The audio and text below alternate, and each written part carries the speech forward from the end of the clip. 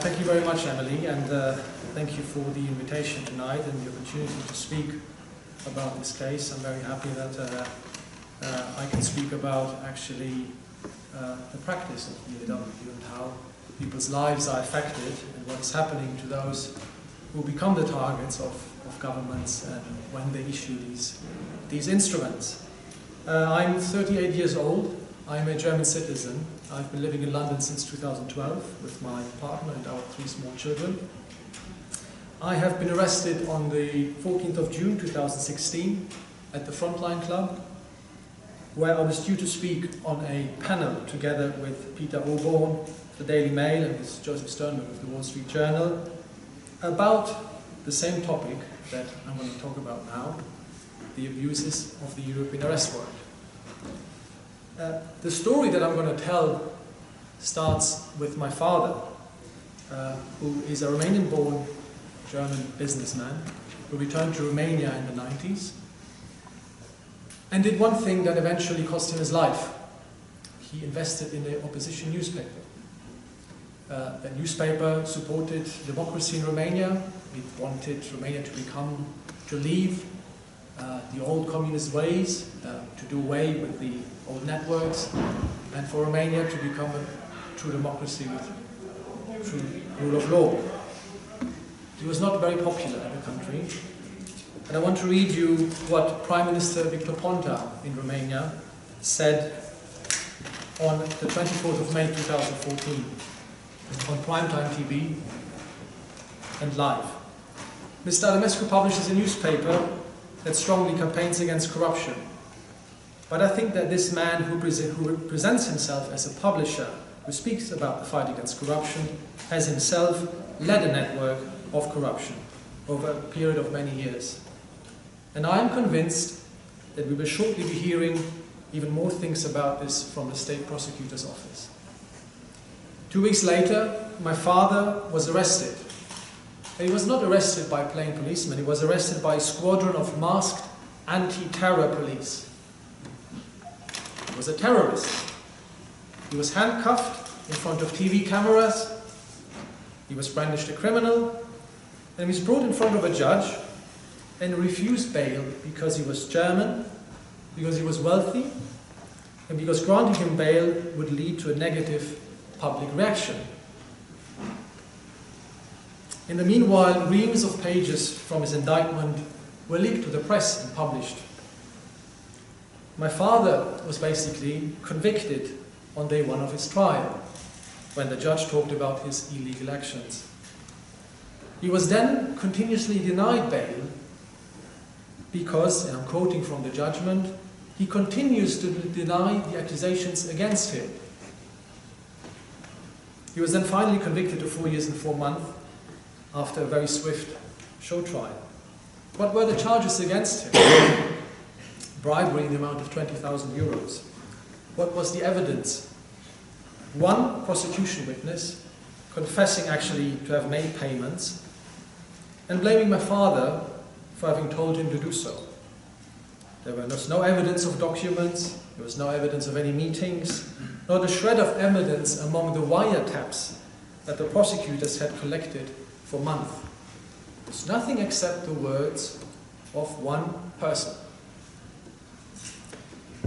My father was 68 years old in 2014 when Victor Ponta appeared on live TV. He was denied adequate medical treatment during his pre-trial detention and post-conviction incarceration. He did not receive medication for 37 days while he was detained. He was denied for 1.5 years a knee operation. When he started the trial, he was walking, and after 1.5 years he was in a wheelchair. He collapsed in prison in September 2016 because of his multiple illnesses. He was brought to an emergency hospital, revived, and shipped back to prison.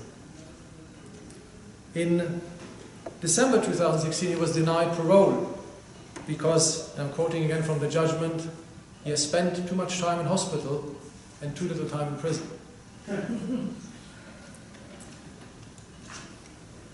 He collapsed again and He died on the 23rd of January 2017. President Adamescu, former President Adamescu, said after the death of my father that he was killed by Romanian prosecutors and judges. And several newspapers wrote about it and asked who's going to be held responsible for the assassination of Dan Adamescu. Well, let me tell you one thing, nobody's going to be held responsible. Absolutely nobody. Romania didn't stop with my father. I am the only son. I am the heir to his business empire. And I've been talking about my father and about what has happened to him. And I've been fighting for justice. And Romania, instead of apologizing, is now targeting me. In March 2016, almost 2 years after the investigation against my father had started, Romania's chief prosecutor, Laura Kövesi, made a live TV appearance, similar to Victor Ponta in 2014, and requested my arrest before the nation for exactly the same accusations and on the basis of exactly the same evidence that had been used against my father and for which he had been convicted. And accused me of evading justice in Romania because I've been living here in London with my partner and my 3 children since 2012. My arrest warrant was issued on the 19th of May 2016 by a judge who had not been chosen correctly according to Romanian law, which says that to preserve independence of justice, judges have to be randomly allocated to cases. He was handpicked and put on my case. He then gave me half an hour to appear in court and published a summons on the door of the courtroom. The court assistant predated a document saying that I actually had been summoned at 11 o'clock and not at 1 o'clock. The hearing took place, my lawyer rushed to court, and after the hearing it took the judge exactly 20 minutes to read 37 arch-level files on my case, to deliberate on the pleadings of the parties, to write down his judgment, and to send the arrest warrant to the police. And only an hour later it was already leaked to the Romanian media.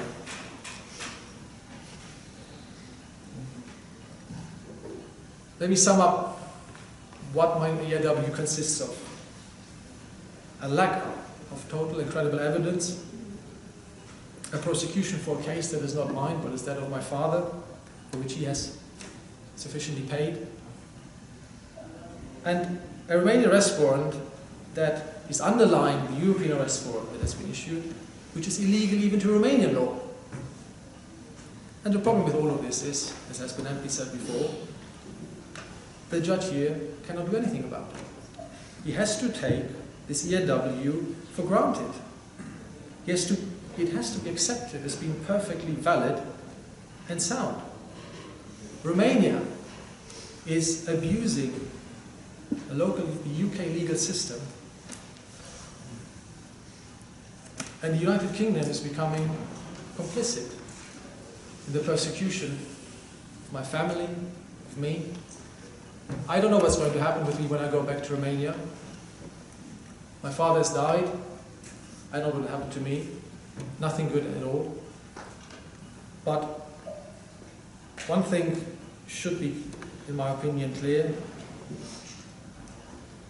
The British police force, the British judiciary, the Home Office, the CPS, every one of these government institutions in the United Kingdom is doing a tiny bit to implement an arrest warrant that would not even be dreamt of in this country.